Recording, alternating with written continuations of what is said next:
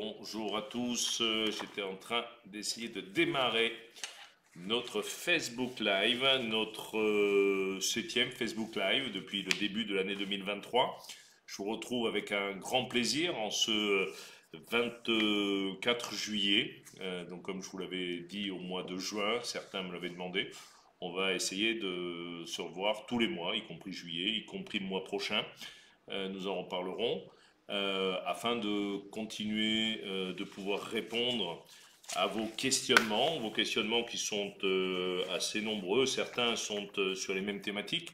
Je vais y répondre. Je vous rappelle que vous pouvez tout au long du mois me poser des questions auxquelles je vous répondrai à l'occasion du Facebook Live suivant sur direct@alès.fr.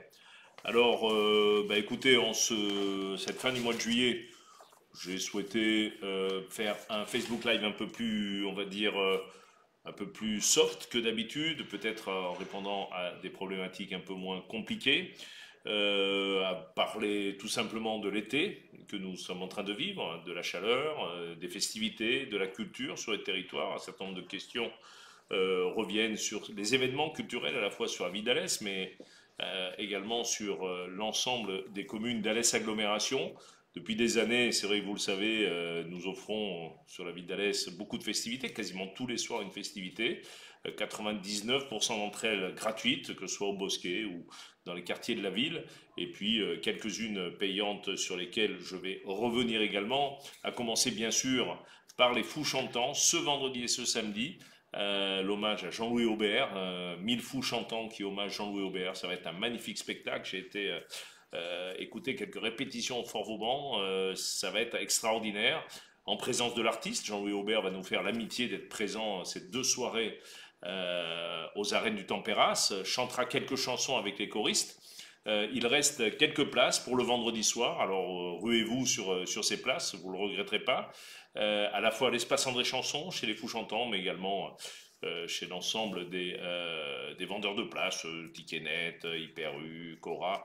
Vous pourrez acheter vos places et assister à ces concerts.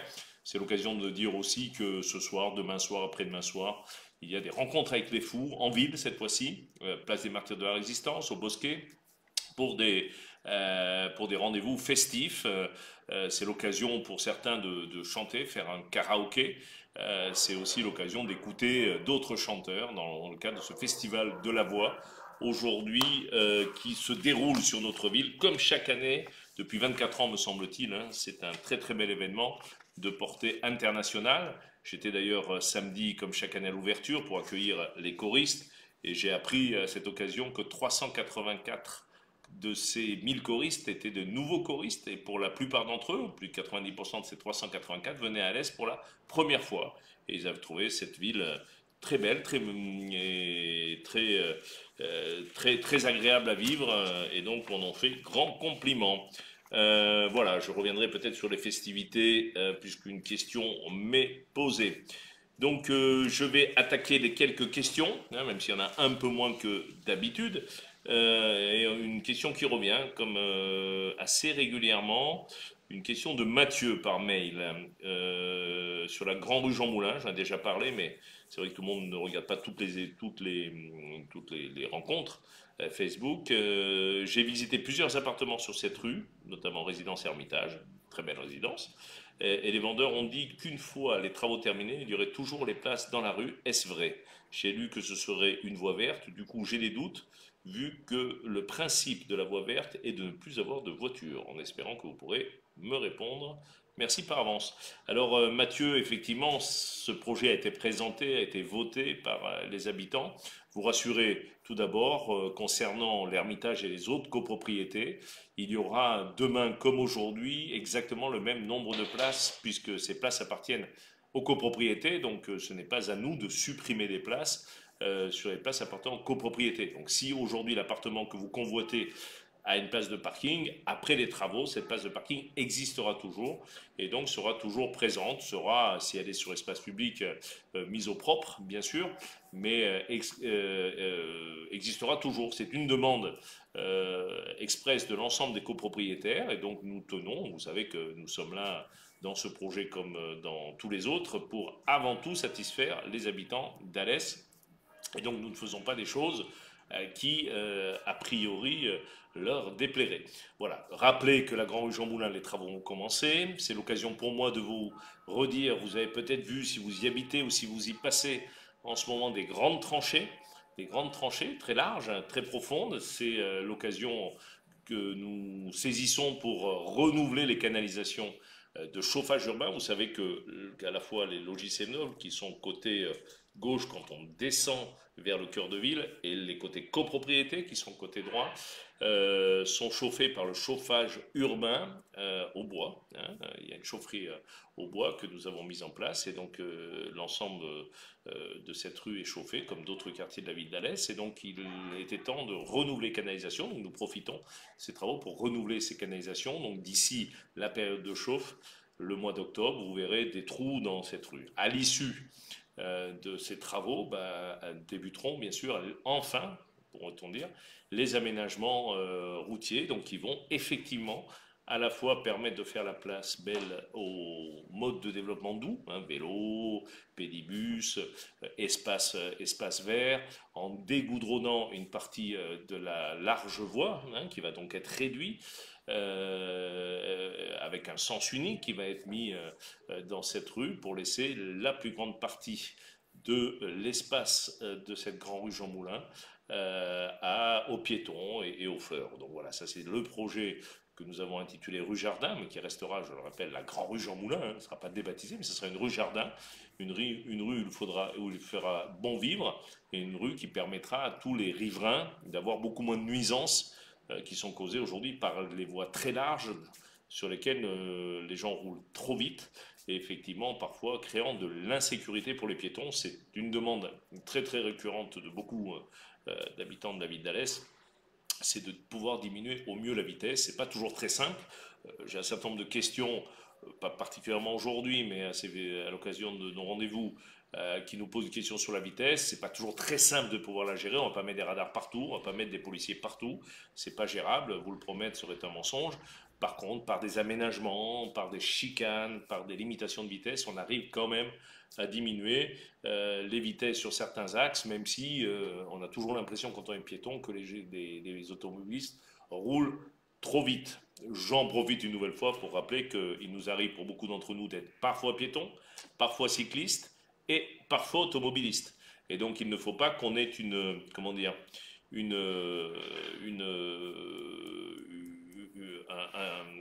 une perception à géométrie variable suivant qu'on soit piéton ou automobiliste. Je vous engage pour vérifier, à tester quand vous roulez à 50 à l'heure et quand quelqu'un que vous connaissez roule à 50 à l'heure à côté de vous, vous verrez qu'effectivement dans la voiture on n'a pas la même perception qu'à pied. Et donc on ne peut pas non plus mettre des dos d'âne tous les mètres 50, des feux rouges, des stops. Je pense que le remède serait pire que le mal. Voilà, donc bien sûr, j'appelle toujours à la plus grande vigilance quand on roule en ville. C'est maximum 50 à l'heure, même sur la rocade. Et c'est parfois 20 ou 30 à l'heure. Il en va de la sécurité de nos enfants, de nos seniors et aussi de chacun d'entre nous, puisqu'un accident est bien trop vite arrivé. Et même si on n'en connaît que très peu sur la ville d'Alès, il faut à chaque fois toucher du bois et surtout faire en sorte que chacun fasse un effort. C'est ça la vie en société, c'est que chacun respecte tout le monde. Il en va de même d'ailleurs, bien sûr, pour les déjections canines, pour la gestion de nos poubelles. Et je vais y revenir. Alors Justine sur Facebook, on entend de tout sur les halles de l'abbaye, la fermeture, le projet. Pouvez-vous nous donner les vraies informations SPP? J'adore m'y rendre et la vérité vaut mieux que les rumeurs. Merci beaucoup de votre réponse et de rendre la vie plus belle. Ah, c'est gentil. J'espère qu'on rend la vie plus belle. Alors effectivement, là aussi j'en ai parlé, mais il y a des informations qu'il faut répéter. Hein. C'est vrai que même celles et ceux qui participent aux réunions parfois oublient ce qui est dit. Vous redire que concernant les halles de l'abbaye, qui sont le projet majeur de cette fin de mandat. Hein. C'est un projet sur lequel nous étions engagés, sur lequel nous travaillons depuis des années, et qui enfin arrive à son exécution, puisque mi-septembre de cette année, fin septembre de cette année, on va dire entre mi-septembre et fin septembre, suivant que les appels d'offres se passent bien ou pas, les travaux de rénovation débuteront. d'ailleurs, fin septembre de cette année. Ce qui veut dire que à peu près mi-septembre, la date sera précisée au fur et à mesure que nous avançons. On va dire mi-septembre, partons sur mi-septembre, les étaliers actuels de l'abbaye seront transférés sur un marché provisoire qui est en train d'être aménagé sous la place de la mairie. Les travaux sont en train de s'y terminer. Nous déménagerons les étaliers vers la mi-septembre et donc le marché sera transféré. Il y aura une petite semaine de transfert pendant laquelle il n'y aura pas de marché. Et à partir de mi-septembre, fin septembre, là aussi, le marché provisoire ouvrira pendant la durée des travaux sous la place de l'hôtel de ville. Quelques étaliers, ceux du samedi qui sont à l'extérieur de l'abbaye, trouveront place sur la place de la mairie, principalement les vendredis et samedis. Ces étaliers viennent principalement ces jours-là. Mais tous les autres seront sous la place de la mairie, donc protégés du vent, du froid, du chaud et également de la pluie. Donc j'en profite une nouvelle fois, mais je vous redirai à notre rendez-vous du mois d'août pour vous dire que si vous êtes client des Halles de l'Abbaye, à minima, continuez à aller chez tous les vendeurs. Suivez-les, hein, il y a 200 mètres à faire à pied, c'est important. Suivez-les pour leur permettre de passer cette période qui sera difficile pour eux, hein, je l'entends. Mais il faut surtout qu'ils puissent revenir dans le futur marché, dans le nouveau marché, dans les nouvelles halles de l'abbaye qui ouvriront début 2025, c'est l'objectif, en fonction des travaux. C'est l'objectif qu'on confère aux entreprises en espérant que ces délais soient tenus. Et au plus tard, on va dire fin du premier trimestre 2025, mais moi je reste sur début 2025, parce que si on ne met pas la pression sur les entreprises, on sait très bien que du coup, parfois, on prend un peu de temps. Donc voilà, donc s'il y a des dates à retenir, mi-septembre de cette année, dans quelques semaines, déménagement du marché sous la place de la mairie. Continuez à venir nombreux, venez aider et supporter les étaliers des Halles de l'Abbaye. Réouverture, on va dire premier trimestre 2025, c'est-à-dire, vous voyez, il y a 18 mois de travaux, 18-20 mois de travaux, on va dire. Bon, ça va dépendre aussi de ce qu'on va pouvoir trouver, mais a priori, toutes les études ont été faites, donc les choses vont bien. Vous savez que la principale difficulté qui n'était pas prévue, c'est les études qui ont été faites sur les parkings -1 et -2 des Halles de l'Abbaye, qu'on nous a fait fermer. Après une étude, bon, j'y reviens pas dessus, je me suis exprimé là-dessus, je pense que les bureaux d'études prennent souvent beaucoup trop de précautions, et bien sûr que ces parkings ne suscitent pas pour nous du danger, hein, je le dis parce qu'on a fait des contre-visites, mais quand vous avez une étude, vous savez, ça s'impose à vous.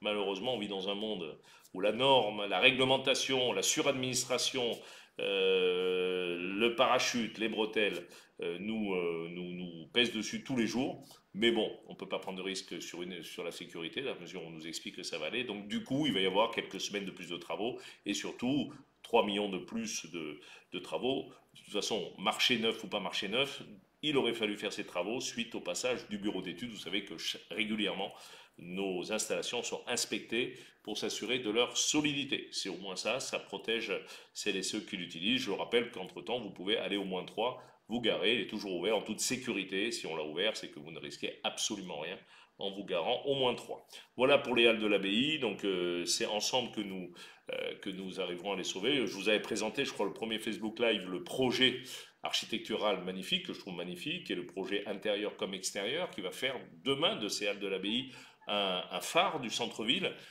qui sera en vision avec notre magnifique cathédrale, qui sera un des hauts lieux qui, j'espère, attirera de plus en plus d'usagers de ce marché, qui permettra de fréquenter le cœur de ville et surtout permettre à l'ensemble des commerçants du cœur de ville d'Alès de continuer à pouvoir développer leur activité. J'en profite pour dire que j'ai reçu, d'ailleurs pas plus tard que ce matin, les chiffres de fréquentation du cœur de ville.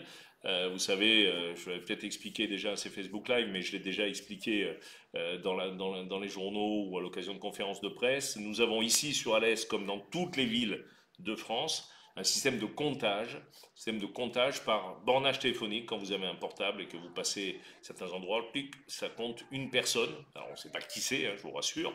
Et d'ailleurs, ce n'est pas nous qui avons les données. C'est un système aujourd'hui qui est développé dans toutes les villes de France et qui permet de voir les fréquentations des cœurs de ville. d'accord, ou d'autres choses. Mais nous, concernant Alès, c'est les cœurs de ville. Ce qui nous permet de savoir que sur le cœur de ville d'Alès, c'est-à-dire l'hypercentre, chaque année passent environ 17 millions de personnes, entre ceux qui habitent, ceux qui travaillent, ceux qui viennent aux festivités, aux cratères, au cinéma, mais également ceux qui viennent dans nos commerces. C'est 17 millions de personnes chaque année. Plus d'1,5 million personnes chaque mois viennent au cœur de ville d'Alès, sont comptées, c'est-à-dire 17 millions de personnes avec un téléphone. On arrive à savoir d'ailleurs combien de temps on reste en moyenne. Voilà, ce qui fait d'Alès, je le dis encore une fois ce mois-ci, l'une des deux villes de la région Occitanie avec le plus gros taux de fréquentation du cœur de ville, hors Montpellier et Toulouse, bien sûr, parce que c'est les plus grosses villes, mais on est à égalité avec Albi, qui fait 70 000 habitants.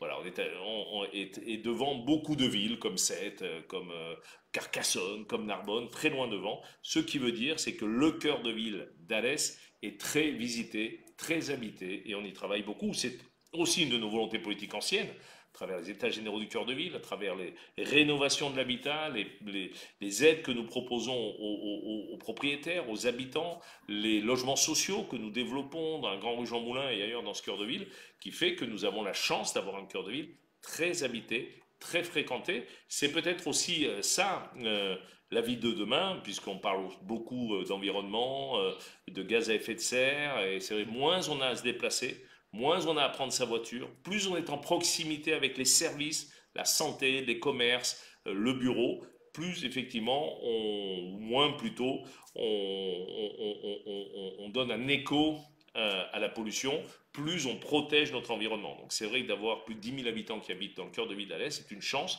Ce n'est pas partout pareil, il faut juste qu'on le sache. Il faut juste qu'on ait conscience qu'avoir un cœur de ville habité, un cœur de ville aujourd'hui, on a beaucoup de services publics et on a également beaucoup de commerces, c'est très important. Donc il faut aider, là aussi, je le dis souvent, hein, c'est une de mes marottes, mais je le dis parce que c'est important, me semble-t-il, aider nos commerçants du cœur de ville, et vous verrez en y allant qu'ils ont tous les meilleurs produits à des prix totalement abordables. Hein. Il ne faut pas croire que c'est beaucoup moins cher à l'heure, et surtout, c'est beaucoup mieux que d'acheter par Internet, je le dis. Alors ça coûte cher aussi en gaz à effet de serre, parce qu'il euh, faut transporter les achats jusqu'à chez nous, et donc c'est pas un très très bon calcul sur l'environnement. Donc aidons nos commerces, et tout ça participe de la dynamique du cœur de ville, donc participe de la dynamique d'une ville, donc d'un territoire, donc effectivement de la qualité de vie des habitants, et c'est en tout cas pour ça que nous travaillons. Donc voilà, le marché, ça sera un des phares du cœur de ville d'Alès, et ça sera quelque chose qui sera vraiment, je pense, hein, s'il est aussi bien réussi que les plans de l'architecte nous le promettent, ça sera un des hauts lieux d'Alès à visiter. Alors, Sacha sur Facebook, bonsoir Monsieur Rivin, oui c'est moi, j'ai loué un vélo électrique, allez-y, c'est très plaisant, c'est vrai qu'ils sont sympathiques, hein, ils sont assistance électrique, je le rappelle. Je pense à investir dans mon propre VAE, vélo assistance électrique, mais je ne trouve pas trop d'informations concernant les voies vertes et pistes cyclables déjà existantes et celles à venir. Pouvez-vous me donner des informations à plus ou moins long terme? Merci d'avance. Ben, vous voyez, ça aussi, ce sont des questions qui reviennent assez régulièrement. C'est plutôt une bonne nouvelle, puisque vous savez que depuis 3 ans, j'ai développé assez considérablement les nouvelles mobilités, hein, avec Allez-y en vélo, la troisième navette électrique, le covoiturage public, le renforcement des lignes de bus. Dans quelques jours, je présenterai à la rentrée un nouveau mode un nouveau carburant pour nos bus de ville. Hein. Ça sera, j'en parlerai, je dévoile un peu avec Keoli, ce sera des biocarburants qui vont dorénavant faire fonctionner nos bus, hein, à partir du mois de septembre. Un logo sur l'ensemble des bus, c'est quelque chose qui va protéger un peu mieux notre environnement. Vous savez que nous sortons des rencontres internationales des véhicules écologiques qui ont accueilli plus de 900 personnes, on va dire de l'Europe entière, même des personnes qui venaient d'un peu plus loin encore, pour discuter ensemble des mobilités de demain, des mobilités écologiques, pour faire en sorte de protéger mieux notre environnement. Et donc, c'est vrai que ça a été l'occasion de parler des ZFE, de parler de l'avenir de la voiture électrique, de parler d'un certain nombre de choses ensemble avec des élus, avec des entreprises, avec des associations de citoyens, avec voilà, beaucoup de gens qui sont venus discuter ensemble à Alès, au pôle mécanique, justement de l'avenir de la mobilité. Nous sommes, là aussi, c'est une fierté, nous sommes un des hauts lieux dans lesquels nous discutons depuis très très longtemps, hein, bien avant que ce soit une mode générale de ces mobilités de demain et de ces mobilités écologiques. Donc pour revenir au vélo et les voies vertes, c'est un des modes de développement de ces nouvelles mobilités douces. Donc vous le savez ou pas, j'ai eu l'occasion là aussi de le présenter. J'ai présenté, fait voter par la communauté d'agglomération un plan de déploiement des voies vertes autour d'Alès. Autour d'Alès, pourquoi? Tout simplement parce que c'est mettre en place des voies vertes qui permettent au maximum d'habitants de ce territoire de venir travailler, de venir à l'école en vélo, le plus en sécurité possible, même si malheureusement la sécurité n'est jamais à 100%. Mais donc c'est 12 millions d'euros d'investissement, c'est des subventions qui devraient être apportées, j'espère, par l'État qui a développé un plan vélo. On s'y inscrit dedans, la région, le département. Et ces 12 millions d'euros qui vont être investis vont nous permettre, sur toutes les communes à moins de 10 minutes, à moins de 10 km d'Alès, à moins de 20 minutes en vélo, de pouvoir rejoindre le centre-ville d'Alès et la rocade et les collèges et les lycées en vélo. Alors, je le dis aussi, les autres communes d'Alès agglomération ne seront pas oubliées. Il y a des centres de vie autour de la Grand Combe, autour d'Anduze, autour de Vézenome, autour de Génolac. Voilà. Toutes ces communes, effectivement, font aussi partie d'un plan, d'une deuxième phase de ce plan, mais on ne va pas pouvoir tout faire tout le temps, et partout et en même temps. Mais bien sûr qu'on n'oubliera personne petit à petit. Je vous rappelle juste que faire une voie verte, ça peut paraître simple, mais il y a déjà des voiries, il y a des habitations. On ne va pas démonter des maisons, on ne va pas démonter des trottoirs, on ne va pas démonter des voiries pour faire, pour faire ces voies vertes. Donc il faut trouver les bons passages. Et puis pour beaucoup de communes concernées, après il faut traverser la rocade. Et ça, c'est pas simple. Moi, je vous engage pour les cyclistes un peu émérites de tenter de rentrer sur Alès par la rocade, c'est de traverser un gros rond-point et vous verrez que c'est vraiment pas simple. Donc nous réfléchissons à des aménagements. Il n'y a pas de solution miracle ici comme ailleurs quand il y a un rond-point et une rocade, mais c'est ce sur quoi nous travaillons pour essayer de trouver les meilleures solutions pour traverser, pour pénétrer sur Alès. Alors pourquoi vous allez me dire sur Alès? Tout simplement parce qu'une étude des déplacements urbains montre que 95% des trajets domicile-travail viennent sur Alès, de l'agglomération. 95% des trajets faits par l'ensemble des habitants de l'agglomération qui travaillent se font de la commune vers Alès, ce qu'on appelle centripète, c'est-à-dire vers le centre.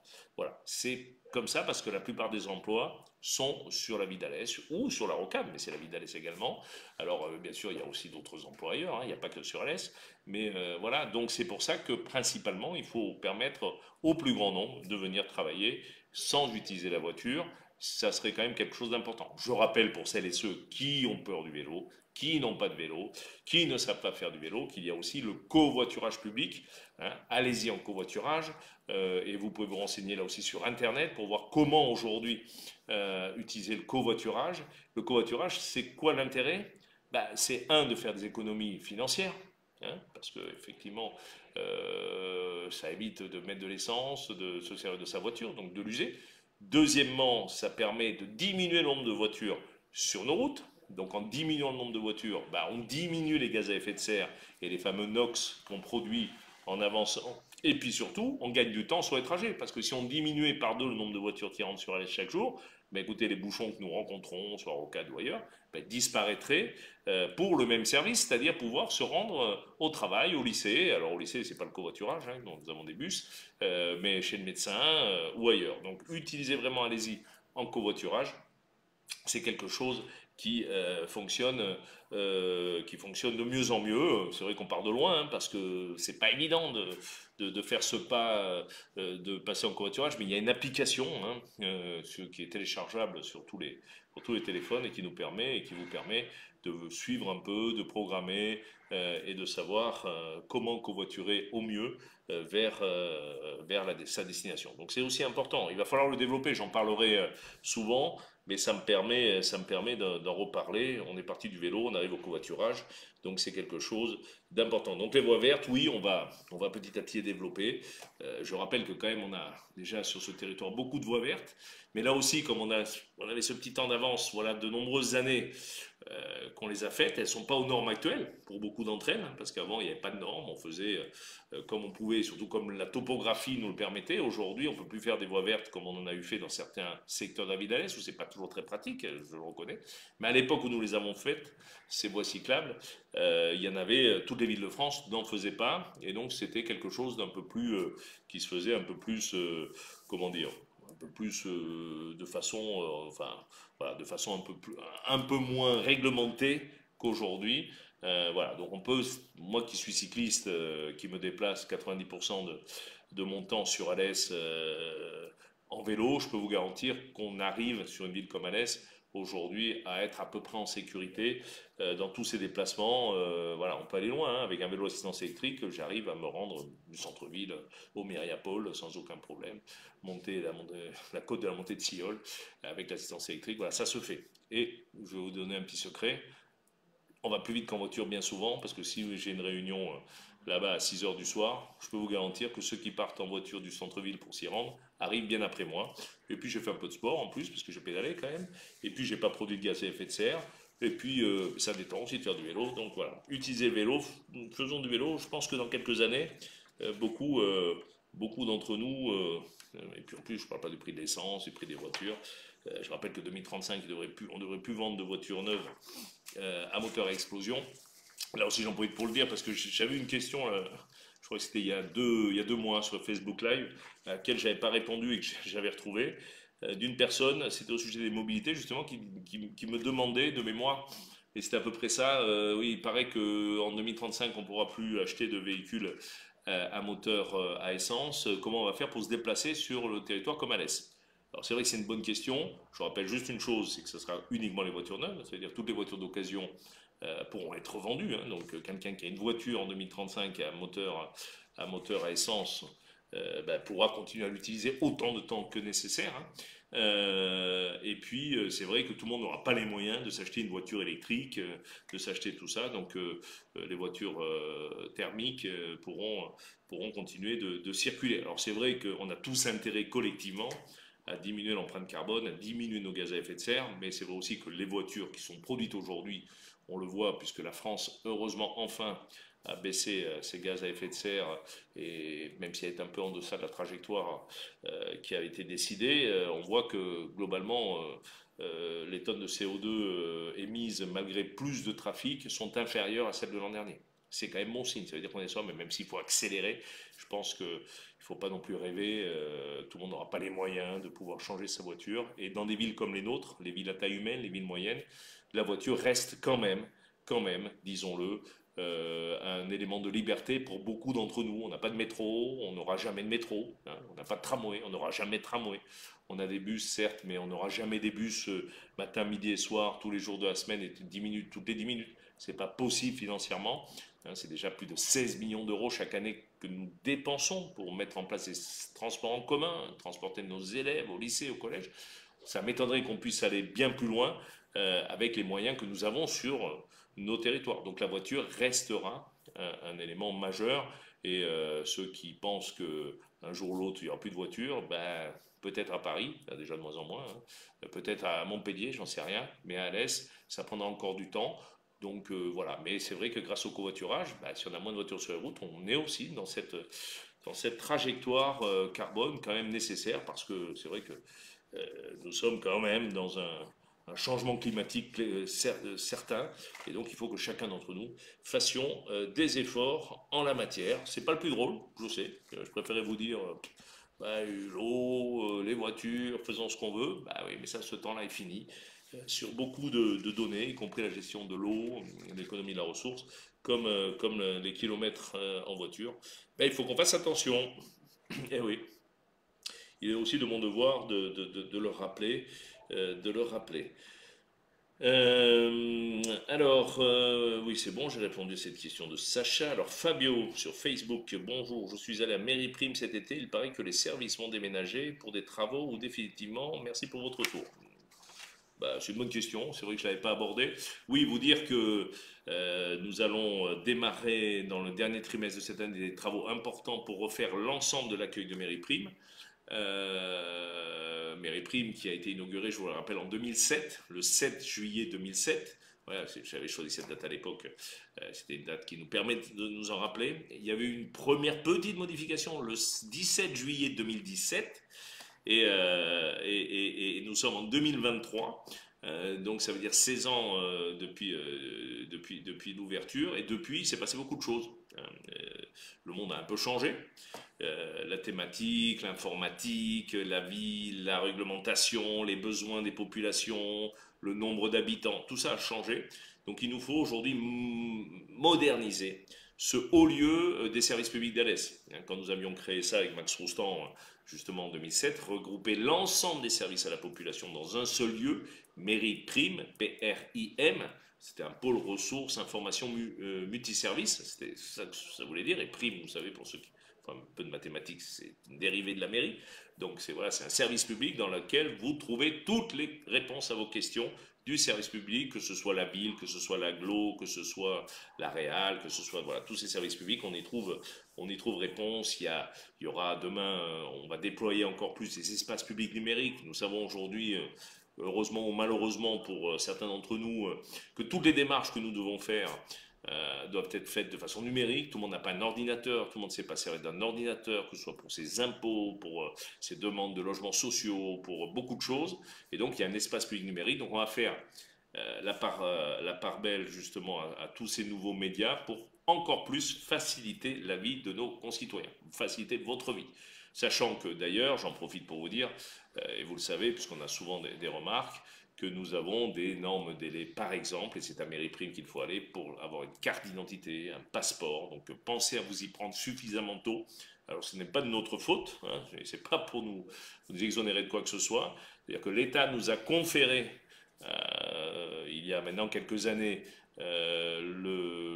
comment dire, la réalisation enfin pas la réalisation d'ailleurs, mais la prise en compte de ces demandes de titres, qui est la carte de séjour, le permis, et quelques communes. Ici, il y a, je crois, la Grand-Combe, Vézenobre, Alès, par exemple, pour tout le territoire, avec un nombre de machines qui est mise à disposition par l'État. Et nous devons prendre toutes les demandes de ces cartes d'identité et ces passeports. Donc il y a beaucoup d'attentes, malgré le fait que nous recevons tous les quarts d'heure aujourd'hui des habitants du territoire et d'ailleurs, parce qu'on peut aller n'importe où, hein, des Parisiens, des Montpelliérains, des Dunkerquois peuvent venir à Alès demander une pièce d'identité, nous ne pouvons pas les refuser, d'ailleurs nous ne refusons pas. Voilà. Mais par contre il y a beaucoup de délais, donc pensez-y, hein, parce que je vois trop souvent des personnes qui me disent s'il vous plaît donnez-moi un coup de main parce que je pars. Je suis désolé, c'est pas moi qui imprime les cartes d'identité ou les passeports et malheureusement les coups de main, il faut vraiment des raisons impérieuses, mais sinon on n'a pas de possibilité nous de pouvoir le faire. Donc mairie prime, les travaux vont commencer.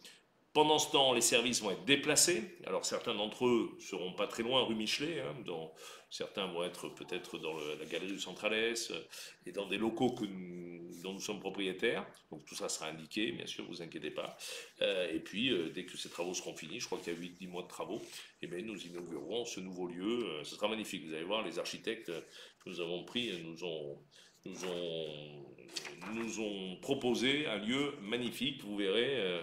On y sera bien, à la fois pour le personnel, parce que c'est pas toujours très simple de pouvoir toute la journée recevoir des demandes, et surtout pour les usagers, hein, ce sera un lieu magnifique.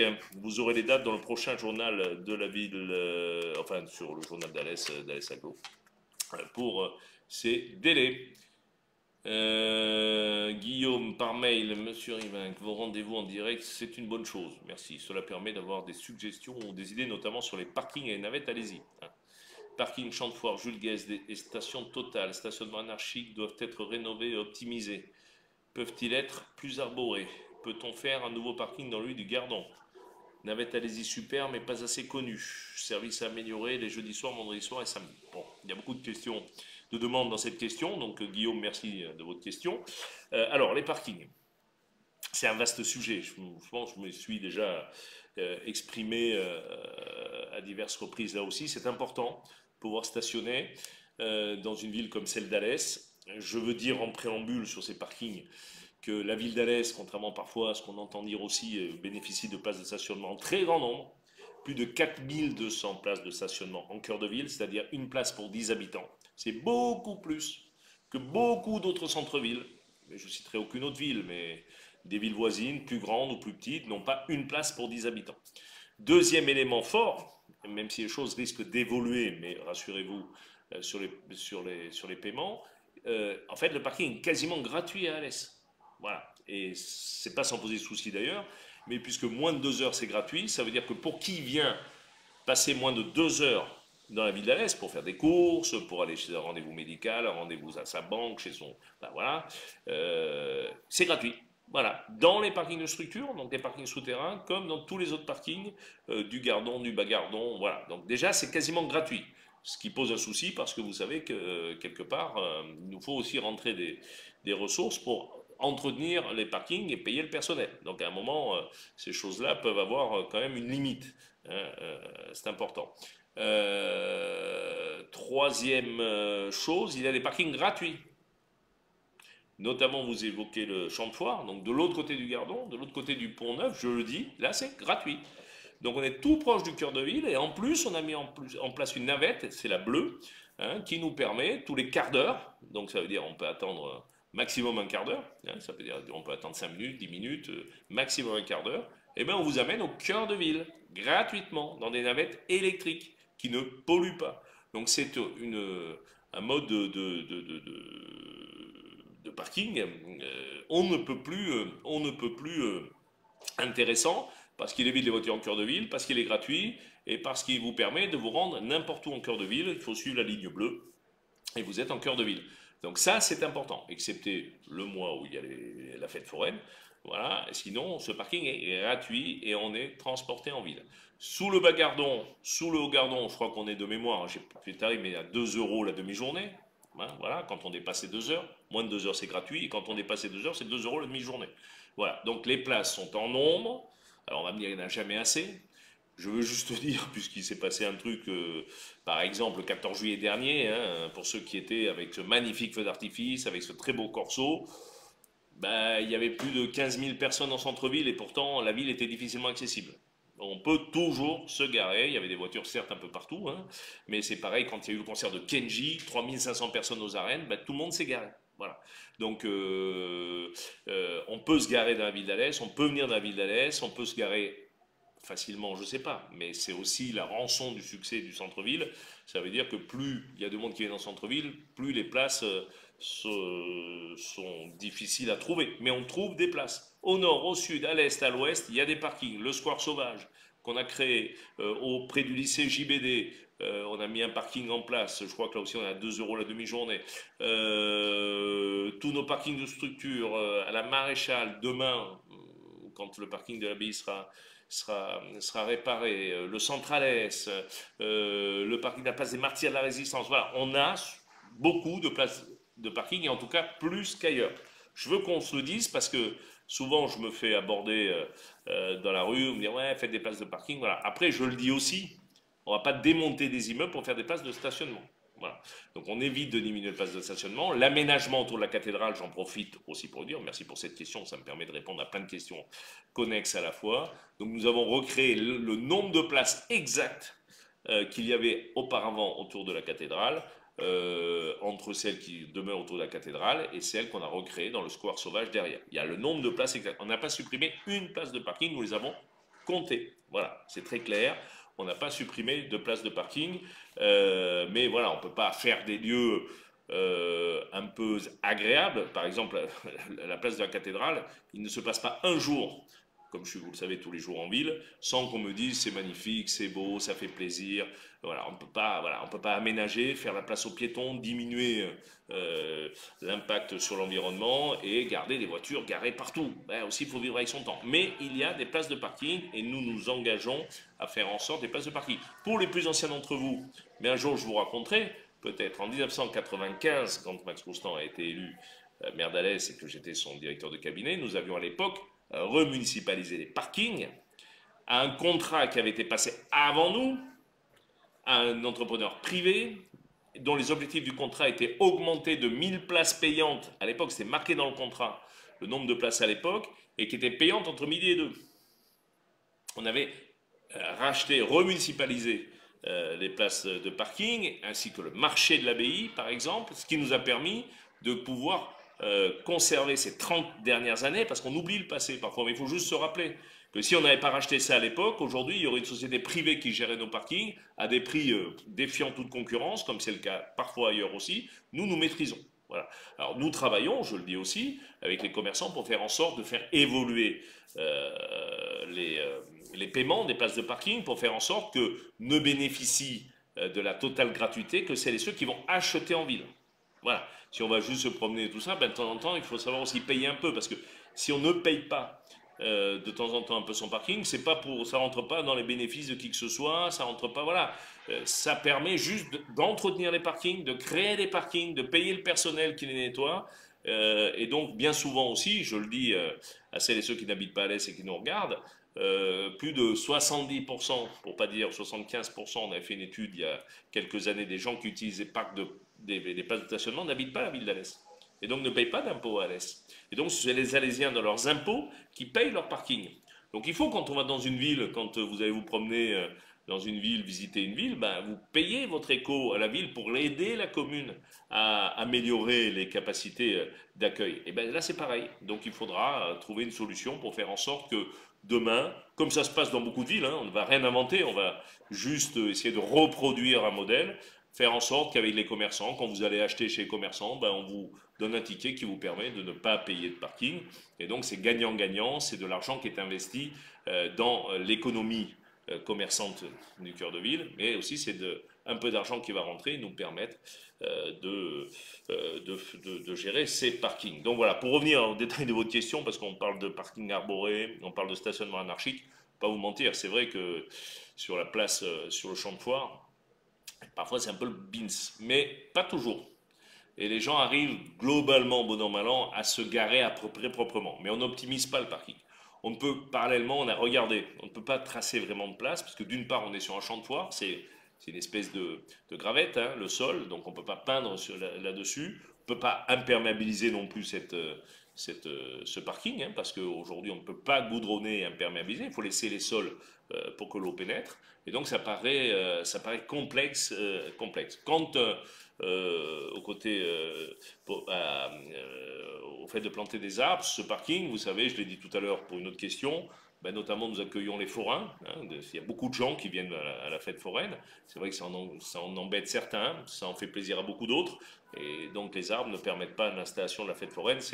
C'est quelque chose qui est très très ancien sur Alès. Donc voilà. Peut-on faire de nouveaux parkings dans l'île du Gardon? Non. Non.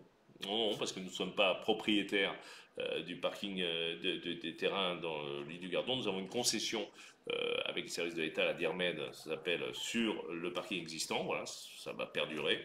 Mais on ne peut pas étendre ce parking, on n'aura pas l'autorisation. Puis vous savez que les lois sur l'eau, le problème de la gestion des milieux aquatiques, ce qu'on appelle la ripisylve, c'est-à-dire la biodiversité dans les rivières et tout ça, nous interdisent de pouvoir développer ça. J'avais même eu à l'époque une idée de faire une voie sur berge en descendant au niveau par exemple du pont de Rochebelle et ressortir vers Cora là-bas, mais tout ça c'est totalement illusoire. Mais je vous parle d'il y a 20 ans, 25 ans. Hein. Aujourd'hui, bien content de pouvoir garder ce parking Bagardon, mais il est impossible, on n'aurait pas l'autorisation de pouvoir se développer. Bon, vous parlez des navettes à améliorer, c'est déjà un service qui coûte très cher, il est gratuit. Je rappelle qu'il commence je ne veux pas dire une bêtise, mais 7h ou 7h30 le matin hein, pour les gens qui travaillent, qui se garent au champ de foire et qu'on amène au travail, et qui finit après 19h pour ceux qui finissent, et notamment les commerçants, après 19h. C'est quand même une amplitude de plus de 12 heures. Puis en plus, vous savez qu'avec les batteries électriques, on arrive à tenir la journée, mais après le soir, il faut recharger. Donc c'est illusoire. Sachez aussi qu'il nous arrive pour des événements de sortir, par exemple l'étoile de Bessèges, j'ai en tête, mais on peut en citer d'autres, de sortir les dimanches ou les soirées non navettes pour permettre aux personnes qui se garent un peu loin pouvoir accéder aux sites de festivités ou aux sites de sport. Donc voilà, mais pour l'instant, je ne vais pas vous mentir, c'est pas à l'ordre du jour parce que j'ai choisi aussi de développer d'autres lignes, les lignes là aussi de transport en commun qui permettent à ceux qui habitent en bordure d'Alès, dans les villages un peu plus éloignés, dans la ruralité, de venir plus facilement sur la ville parce que on ne peut pas vouloir garder une ruralité dynamique, active, si on ne propose pas aux habitants d'avoir une mobilité facile. On ne peut pas assigner à résidence des habitants parce qu'ils ont fait le choix d'habiter dans des communes plus rurales hein, et vous savez que sur l'agglomération, toutes les communes sont aussi importantes les unes que les autres. J'y tiens particulièrement, je le dis.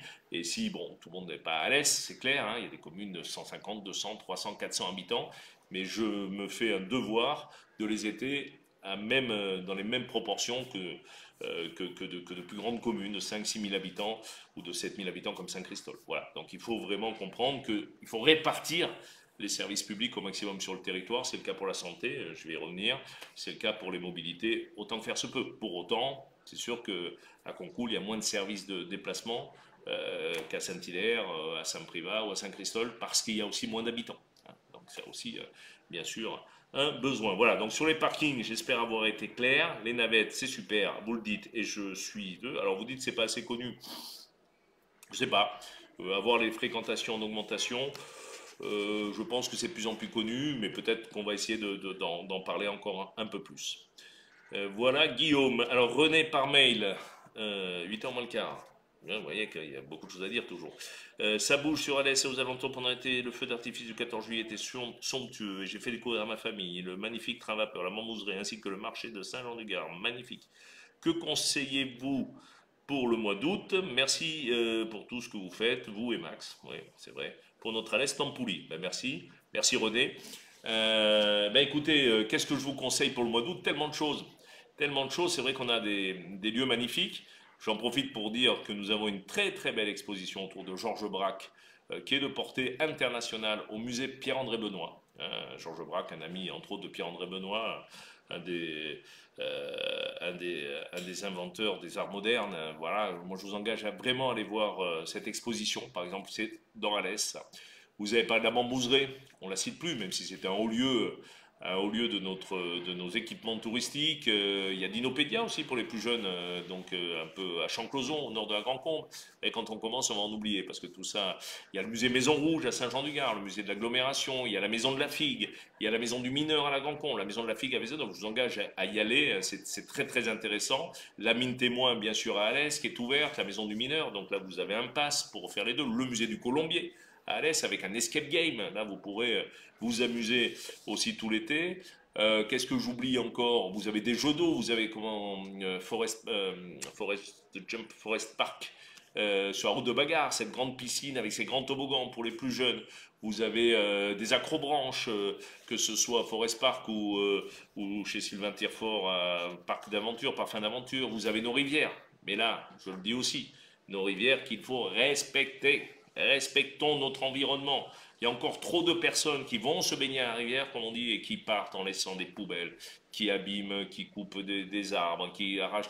Non, on va à la rivière, oui, parce que l'eau est un bien commun qui nous permet, quand il fait 37 degrés, d'aller se rafraîchir, donc c'est quelque chose d'important. On respecte l'environnement qu'on voit, parce que un jour, sinon, on n'aura plus l'autorisation d'aller dans les rivières. Hein. Vous savez qu'on est très, très surveillé, et on y va, et surtout, on pense à ceux qui vont venir le lendemain. Hein, là aussi, ça fait partie du civisme. Et vous savez qu'il y a beaucoup de maires, j'en citerai pas, mais qui commencent à se poser des questions sur l'accès. Excusez-moi, j'ai mon téléphone qui sonne, c'est rien de grave. Donc voilà, donc il y a les rivières. Qu'est-ce qu'il y a d'autre? Je vais en oublier. Il y a le Préhistorama à Rousson. C'est un endroit magnifique. Il y a le jardin des Camélias à Alès que vous pouvez. Il y a le parc de la Tourvieille, un parc botanique qui a une référence nationale et qui nous permet, entre autres choses, d'avoir cette distinction 4 fleurs et fleurs d'or sur Alès. Il y a le Gardon, Alès plage. Il ne faut pas l'oublier. Là, vous pouvez vous baigner. Il y a un maître nageur qui vous surveille quand le drapeau est vert. Et puis, il y a aussi la Guinguette, Alès plage, où vous pouvez, voilà, le soir, à midi, le soir, aller dîner, aller déjeuner, aller faire la fête. Tous les restaurants d'Alès. Hein. Et d'ailleurs, les Guinguettes un peu partout. Nous avons aussi, il ne faut pas les oublier, des grottes. Elles ne sont pas principalement sur l'agglomération, mais que ce soit la Cocalière, à Coury, ou la grotte des Lumières, hein, ça va me revenir, mais j'oublie la grotte, la Salamandre, pardon, magnifique grotte que je vous engage vraiment à aller voir, c'est extraordinaire aussi, avec une grotte avec de l'eau à Coury, une grotte, voilà, Trabuc, qui est sur la gauche, j'avais oublié les grottes de Trabuc avec les 1000 soldats. Le musée du désert aussi, pas très loin des grottes de Trabuc. Voilà, enfin, on peut tous les jours, vraiment tous les jours, et puis nos commerces des cœurs de ville avec les opérations. Aujourd'hui, il y avait la braderie, bon, c'est fini, mais il y aura d'autres choses. Et dans les autres communes, les marchés nocturnes. Voilà, Anduze d'ailleurs, à Vézénobres, je vais en oublier si je commence, à Saint-Jean-du-Gard, à Saint-Hilaire, à Alès, et partout sur l'agglomération, à Génolac, voilà. Le train à vapeur des Cévennes, vous l'avez dit, il y a beaucoup de festivals, hein, il y a des festivals de jazz, en ce moment, il va y avoir Jazz au Parc fin de semaine, il y a eu le rythme de Saint-Jean-du-Pin, le festival du rythme de Saint-Jean-du-Pin le week-end dernier, les Fous-Chantants, j'ai dit tout à l'heure, il y a beaucoup de festivals gratuits, quelques-uns payants comme les Fous-Chantants, hein, il n'y a pas grand-chose de payant, il y aura les fêtes du 15 août avec un feu d'artifice sur Alès, voilà, enfin vous voyez, j'en oublie, et tous les soirs sur la ville d'Alès, mais ailleurs aussi, dans toutes les communes. Il y a eu le festival de Lascours, mais je crois qu'il est terminé, à Boissé-Gaujac, au château de Lascours. Vous voyez, je fais ça de mémoire, mais bon, il y a beaucoup de choses, et en tout cas, il y a beaucoup de lieux. Il y a des rivières sauvages comme le Galaison à visiter, voilà, il y a plein de choses jusqu'au 2 septembre. Il y aura la foire du 24 août à Alès, la foire de la Saint-Barthélemy. Il y aura la finale du Grand Prix de la chanson le soir aussi, le 24 août, je crois, ou enfin dans ces eaux-là. Voilà, donc vous voyez, beaucoup de musées, beaucoup d'équipements, à la fois pour les jeunes, pour les moins jeunes, des choses ludiques, des choses culturelles, du sport. Voilà, il y a des acrobranches et autres. Voilà, donc vous pouvez passer un mois d'août sans aucun problème.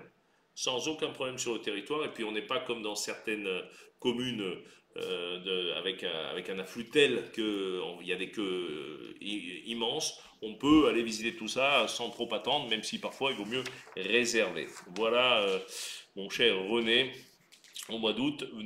Et puis vous retrouvez sur alès.fr et sur le journal de l'Aglo, bien sûr, tout le détail des festivités, parce que j'en ai donné qu'une partie. Ah oui, je crois que c'est lundi soir aussi sur Alès, place de la mairie, il doit y avoir l'élection demi-finale de Miss Languedoc. Je sais que beaucoup d'entre vous aiment les spectacles pour élire les Miss. On a Miss Alès en début d'année, au mois de février. Et là, on a une demi-finale de Miss Languedoc. Voilà, un très bon spectacle. Donc, ça sera lundi prochain, je crois que c'est le 31 juillet de mémoire, mais vérifiez tout ça sur les sites internet. Place de la mairie à Alès, c'est gratuit. Là aussi, puis le train à vapeur, bien sûr. Le vélo-rail, j'ai oublié, je l'ai fait, c'est magnifique. Hein, on arrive à faire le vélo-rail. Voilà, donc vous voyez que je pourrais passer au moins, il est 19h52, je n'ai pas fini de répondre à toutes les questions, à vous dire tout ce qu'on peut faire. Voilà René et toutes celles et ceux qui nous écoutent. Daniel Parmeil, merci beaucoup d'avoir abordé dans votre Facebook Live du sujet que vous avez évoqué concernant... Ah oui, du dernier Facebook Live, le sujet que je vous avais évoqué concernant les voiries et les réseaux, mais suite à votre réponse, je tiens à vous préciser que mes propos ne visaient pas les travaux d'envergure, style remise en conformité des réseaux Cathédraux-Chebel, car ceux-ci étaient réalisés par des entreprises spécialisées dans la canalisation. Les tranchées sont globalement rebouchées et revêtues dans les normes, faisait référence à des petites saignées anarchiques effectuées par des artisans, voire des particuliers. Nota bene, pourquoi certains rebouchages sont bétonnés, d'autres bitumés. Il doit bien exister une norme ou une réglementation dans ce domaine. Bon, allez, je ne vous embête pas plus avec ce problème sécuritaire. Bien cordialement, Daniel B. Bah, vous m'embêtez pas, Daniel. Vous avez bien raison de me poser ce type de questions. Alors, je pourrais peut-être pas apporter une réponse précise parce qu'effectivement, vous avez raison. Quand on se promène dans Alès, comme ailleurs, certains rebouchages sont un peu surprenants. Alors, pourquoi béton, pourquoi en goudron? Ben, ça dépend de la nature des sols aussi et ça dépend des travaux qu'on fait dessous. Hein, parce que parfois, il faut bétonner pour sécuriser le dessous. Parfois, on goudronne. Donc, tout ça, ce sont les entreprises ou les services techniques qui le disent. Vous avez raison, je l'ai dit la dernière fois, on n'est pas toujours assez vigilant. Donc, juste après le Facebook Live, j'ai donné instruction au pôle infrastructure, au service voirie, de regarder ça de beaucoup plus près. Je vous avais aussi expliqué de mémoire que, bon, quand on fait des travaux, il faut laisser tasser un peu avant de regoudronner, puisque sinon, on le voit des fois sur les routes, on a ce qu'on appelle un flap, parce que quelque part, le terrain s'affaisse. Il faut rouler dessus un peu. Donc il y a toujours un revêtement provisoire, on laisse tasser tout ça, et quand c'est bien tassé, on fait le revêtement définitif. Quand il y a des travaux d'envergure, comme la Grand Jean Moulin par exemple, on fait des travaux, mais on ne va pas regoudronner tant qu'on n'a pas refait la route. Donc il n'y a pas de sens. C'est pour ça que la Grande Jean Moulin, depuis plusieurs mois maintenant, avec les travaux d'eau, d'assainissement et aujourd'hui de chauffage, c'est le BINS. Quand on roule dessus, en vélo, c'est très compliqué. Et en voiture, ça bouge beaucoup. Mais là, on va tout refaire, donc on ne va pas refaire. Ailleurs, c'est vrai que parfois, il y en a qui font les choses pas très bien. Alors, vous parlez aussi des particuliers, quand on va se brancher, ou des artisans. Bon, je veux montrer personne du doigt, mais il faut qu'on soit plus vigilant, vous avez raison, et j'ai donné instruction au service, donc au mois de début juillet, de refaire un petit tour un peu et de mettre la pression. Parfois, on ne trouve pas toujours le responsable, hein, je vous le dis aussi, parce qu'il y a des choses difficiles de rechercher, même s'il faut une autorisation de voirie, même s'il y a tout ce qui est fait dans les règles, on ne trouve pas toujours les responsables. Voilà, je crois que j'ai répondu, vous voyez, ouais, je deviens de plus en plus précis. Là, pour le coup, il y avait un peu moins de questions.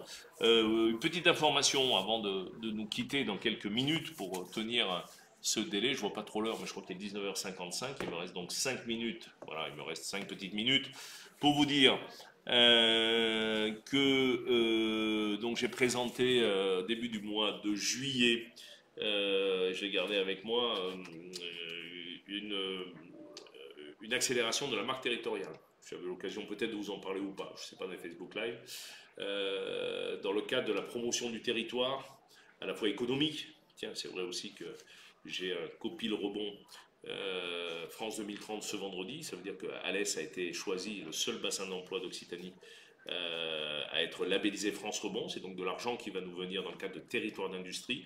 Et donc je vais présider avec monsieur le sous-préfet ce vendredi pour faire un point un peu sur les dossiers en cours dans le cadre de territoire d'industrie. Pour seule information, le bureau d'études qui est mandaté par l'État dans cette affaire a identifié 200 millions d'euros d'investissements portés par les entreprises ces prochaines années sur Alès, notamment industrielles. Et ça montre bien la dynamique aujourd'hui du territoire. Et donc, dans le cadre de la marque territoriale Alès Agglomération Le Sud Ingénieux, j'ai fait réaliser des films 360. Des films 360. Alors là, vous allez soit sur le site, soit à la mairie ou autre. On vous met à disposition des cartes box qu'il faut monter. On met son téléphone. Et puis on peut regarder des petits films qui sont faits. Alors il y a le ciel étoilé, il y a une randonnée dans les étoiles, il y a le pôle mécanique, et qui permet de faire connaître le territoire en 360. Vous savez, vous regardez, vous tournez, vous avez le téléphone et vous êtes sous la voûte étoilée des Cévennes, vous êtes dans une voiture, dans une Caterham électrique au pôle mécanique, et d'autres films vont venir. Ça nous permettra aussi, d'une façon ludique et ingénieuse, en immersion totale. Donc allez sur le site alès.fr via un flash code, vous flash codez ça et vous aurez accès à cela. J'ai pas parlé de santé, j'avais pas de questions spécifiques. Vous dire que les états généraux de la santé que j'ai initiés il y a maintenant quelques semaines, en juin, donc on donnait beaucoup de travail, beaucoup de personnes y ont participé, à la fois au lancement mais aux réunions thématiques. Et donc les choses avancent, on est en train de travailler sur ces propositions et j'aurai la chance de recevoir, je pense, cette semaine, le nouveau ministre de la Santé sur Alès, et je sais qu'il sera très attentif, c'est une chance puisqu'il est alésien, à ce que nous proposerons. Donc j'en profite pour féliciter Aurélien Rousseau, mon ami Aurélien Rousseau, de sa nomination comme ministre de la Santé, et j'espère, et j'en suis sûr d'ailleurs, qu'il va permettre de nous accompagner dans les projets de santé si importants. C'est l'attente numéro un, vous le savez, de votre part et de la part de nos concitoyens. Donc essayer de mettre en place un modèle de santé qui n'est copie de rien. Donc des médecins, pharmaciens, aides-soignants, kinésithérapeutes, infirmiers, infirmières, profession médicale, direction de l'hôpital, direction de Bonnefond. Tout le monde s'est mis autour de la table, plus l'ARS, plus les administrations, pour essayer d'inventer un nouveau modèle de santé pour assurer à tous les habitants de ce territoire le meilleur accès aux soins, ce qu'on appelle les soins de premier recours, les soins non programmés, c'est-à-dire quand on a besoin d'un médecin rapidement, sans aller emboliser les urgences de l'hôpital, qui continue bien sûr à se développer et qui voit passer chaque année 45 000 personnes. C'est beaucoup, beaucoup, même si on va y faire des travaux. Donc voilà, donc ce modèle qu'on est en train de bâtir sera ensuite présenté, vous savez, en octobre, à l'occasion des conclusions, en présence du ministre, il me l'a promis. Et j'espère que les choses seront reprises. Et pour suivre de très près, vous l'imaginez, ce travail, pour avoir même beaucoup d'idées là-dessus, je peux vous garantir qu'il y a des choses qui vont décoiffer dans ces états généraux, comme nous l'avons fait sur d'autres projets, voilà, sur plein d'autres projets, à commencer bien sûr par les états généraux du cœur de ville. Il est 19h59, j'aurais pu vous parler de plein d'autres choses, j'aurais pu vous parler des déchets par exemple, pour vous dire que les éco-composteurs de quartier tant réclamés vont arriver. On a fait des commandes pour permettre à chacun de pouvoir gérer ses biodéchets, donc les déchets issus de la cuisine pour simplifier, dans des éco-composteurs soit individuels, appelez vos communes. Hein, j'en ai fait distribuer aujourd'hui à l'ensemble des communes et puis des éco-composteurs de quartier, puisqu'au 1er janvier prochain, je le rappelle, dans nos poubelles noires, tous, chacun, mais c'est pas moi qui l'ai décidé, réglementation nationale, nous ne pourrons plus mettre nos biodéchets, donc éco-composteurs individuels, éco-composteurs de quartier, tout est en train de se développer, et pour celles et ceux qui n'en auront pas, je vous rappelle que là aussi, pour 30 ou 40 euros, vous pouvez aller dans les meilleures jardineries, vous cherchez un éco-composteur, et ça nous permet de diminuer considérablement nos poubelles, donc le prix de traitement, donc demain, je l'espère, pouvoir diminuer nos taxes si nous arrivons collectivement. Voilà, je ne voulais pas finir sur les poubelles, mais en l'occurrence, il paraissait important dans ces mois d'été pour dire qu'il faut continuer à rester vigilant et rester solidaire. 20h pile poil, écoutez, moi je vais vous remercier celles et ceux présents dans cette période un peu plus qu'estivale, peut-être moins nombreuses que d'habitude, je ne sais pas, on verra les chiffres. En tout cas, vous pouvez revoir comme d'habitude ce Facebook Live en différé sur le site voilà, ales.fr et sur les réseaux sociaux. Je vous donne rendez-vous, donc normalement, si tout va bien techniquement, le mardi 29 août, oui, parce que vous voyez, on ne s'arrête pas, même pendant les vacances, nous continuons à travailler pour vous améliorer la vie, pour les touristes et avant tout pour tous les habitants du territoire. Donc, passez un bon mois d'août, j'espère pas trop au chaud. Profitez du bon temps, reposez-vous après pour préparer une rentrée où il faudra à nouveau se mobiliser pour tout ça. Et moi, je vous fais un bisou et je vous dis à très bientôt. Et de toute façon, à bientôt pour tout le monde en ville, matin, midi ou soir. Avec plaisir. Bye bye. Merci.